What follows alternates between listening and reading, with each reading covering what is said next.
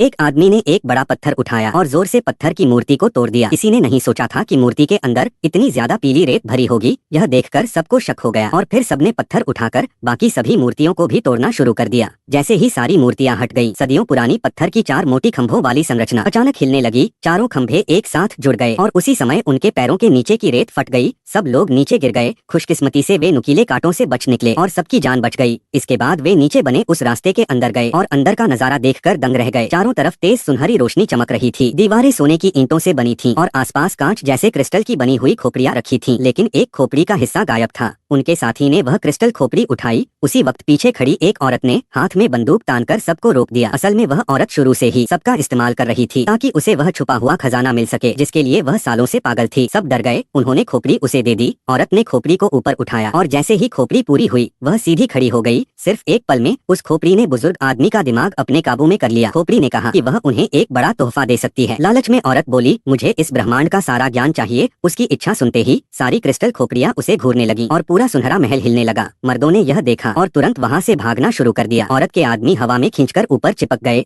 सिर्फ वह औरत नीचे रह गई जो पागलों की तरह ब्रह्मांड की सारी जानकारी खींचती जा रही थी। महल घूमता गया। खोपड़ियां मिलकर एक आकृति बन गई और इतनी भारी जानकारी के कारण औरत का दिमाग इसे झेल नहीं पाया। वह पल भर में राख बन गई। बाकी लोग किसी तरह भागकर बाहर आए तो देखा कि पूरी पिरामिड वहीं ढह गई है और पिरामिड के नीचे जो चीज थी वह निकली एक एलियन स्पेसशिप जो एक झटके में गायब हो गई। कुछ ही देर में समुद्र का पानी उस बड़े गड्ढे को भर गया।